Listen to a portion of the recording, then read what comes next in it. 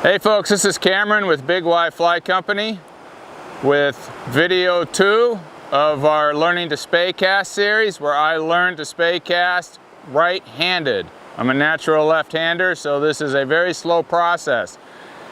In our first video we covered the roll cast, and I went out and practiced it for the last couple weeks, and today we are covering the double spey cast.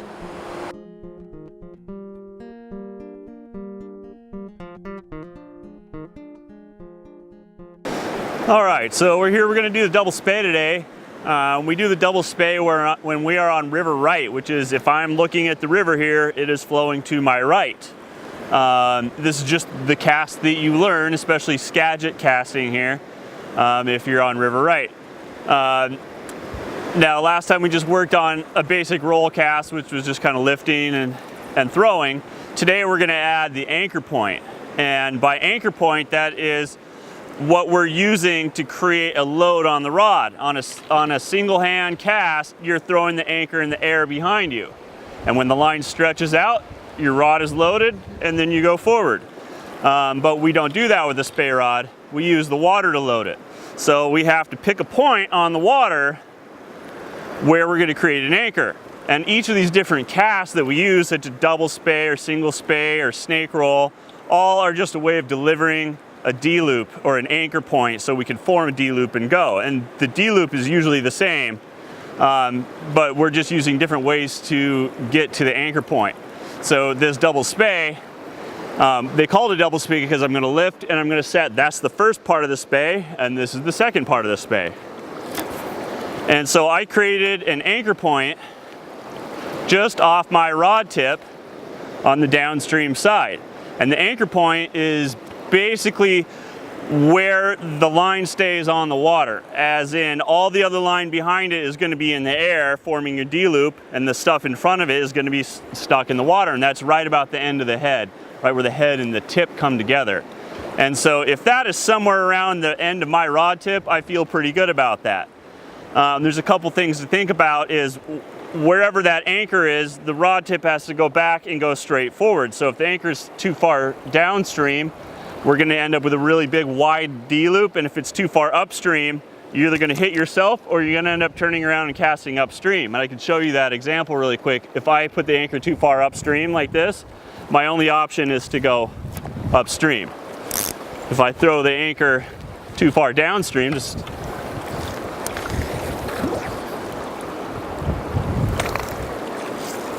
I end up with a big wide loop like that. So there's a happy medium somewhere right around the end of my rod tip. So that's the first part, is the anchor. The second thing that we're going to work on is forming that D-loop. We did a little bit of it with the last lesson. That's just your basic roll cast, but we're going to get a little more advanced. Our D-loop, we're looking to throw the line behind us. Now, it's called a D-loop because when you form the rod right there, the rod's forming the front of the D, the line's forming the back half. And we want our D-loop, we want the D to go straight back behind us so that it can go straight and forward in front of us. If you throw your D-loop up that way, when you cast forward, it's going to go into the water. If you throw your D-loop along the water, your cast is going to end up in the air. But since this is a three-dimensional world, you also have to worry about which direction this way it's going. So your rod, your D-loop is going to go, your cast is going to go 180 degrees from where your D-loop is formed. So if I form my D-loop right here, the cast is going to go that way. If I form my D-loop going this way, the cast is going to go that way. So we're just looking for a nice, easy spot to form our anchor and form our D-loop behind us. And it's the same cast where we pivot forward using all the techniques we learned in the first lesson. All right, so we're quartered downstream here. Yep. You're going to lift, you're going to try to set, not going too far out, not going too far in. There's a difference between lifting up or lifting out, and it's just a matter of moving around, figuring out the timing and how the water's working. There you go.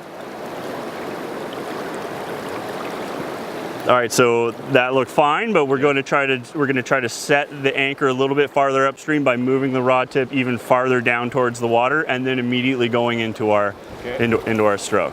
Okay. Good. Okay, not bad, not bad. So that's actually looked pretty good. Okay. We're gonna try to slow it down a little when we come around, and we're gonna remember when we threw your D-loop and it kind of went a little bit downstream, so you put the emphasis in swinging around to throw it. Closer to me. Yeah, because we want to go that way, so your D-loop has to come straight off back behind your right shoulder. Okay. So what do you think with that one? I'm not sure. D-loop was Still out that far out there a little bit. because it felt really close. Yeah. But like, So when you set your double spey here, you can actually cross your arms because that rod tip can hit the water, and that's fine. that wasn't good. It's better than going too light here. Now you find out where the excess is. So somewhere in the middle there, you should be able to break the plane of the water. Yeah. Okay. Oh, okay. So that didn't quite come back enough. Far enough. Yep. Okay. Let's break it down there. Okay. So when you come up, that means you could probably lift straight up. There you go, and come. There you go. And then closer. I'm worried about hitting you. Don't worry about hitting me. That looked really good up until you came around. Yeah, and that's me being in your way. So you almost basically flip the rod. Yep. You're breaking the plane. You're breaking the line off the water plane. Oop. Nope. But it's good. You're breaking the plane. Let me let you again. So you always wait till the line's tight. So I'm breaking the plane by coming up, and then I'm dragging it and setting it down. And you see where this is how it looks when I'm done. Okay.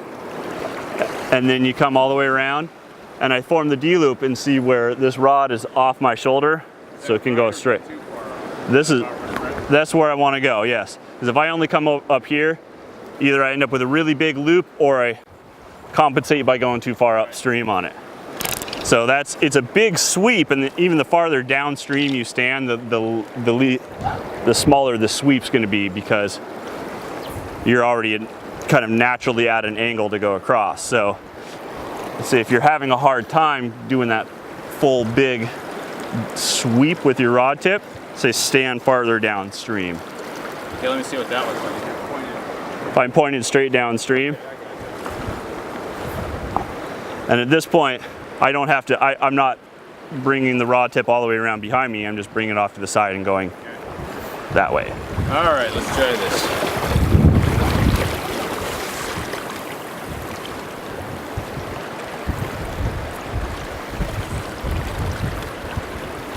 Okay. How was that? Looks great. Fantastic. Now all these casts will be fine. They'll all catch fish, but we want them to look pretty. Well, there's just different casts that are best for different situations.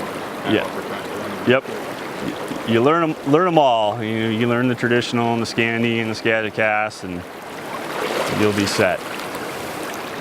So it's starting to look fine. I'd say let's take one more step with your left so that you twist even a little bit farther downstream. There you go. Okay.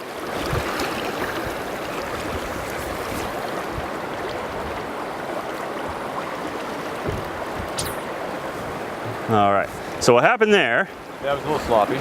Well, the anchor ended up too far upstream. So when you swept around, you blew the anchor. You end up pulling the anchor, so that you need that anchor to stay put. Yeah. Right.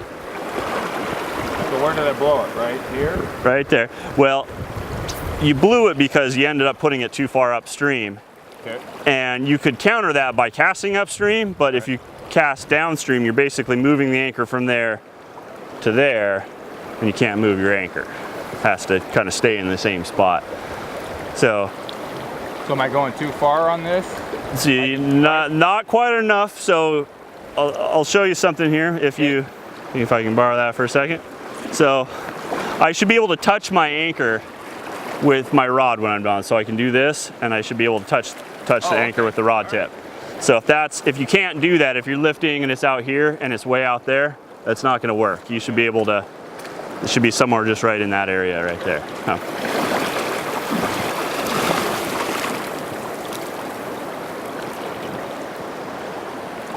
you go.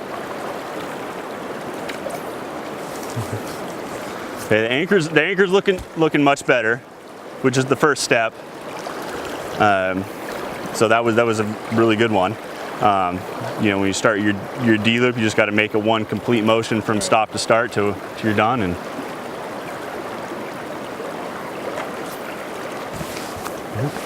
it's in there somewhere. yeah, the anchor's looking much better. Both those last two have ended up right where you wanted them to. As far as the D loop goes, we got a rule. It's one of the 172 rules of spey casting. Is your rod tip can't. Once you start going back, your rod tip can't drop. Right.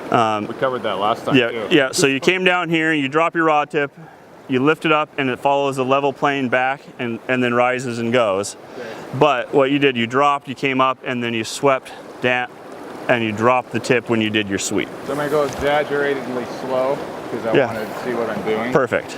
So that's drop. Good anchor. So it should be that right there. There. Yep. Stop. So, yes. Show me what your arms look like when you came back. So, look at the rod, the angle of the rod right there. See if we can tuck that in a little bit. Like that, and back to the fulcrum thing. Back to the fulcrum, yeah. And when you end, your rod tip should be up at the same place it was, just opposite. So, shotgun height. Yep.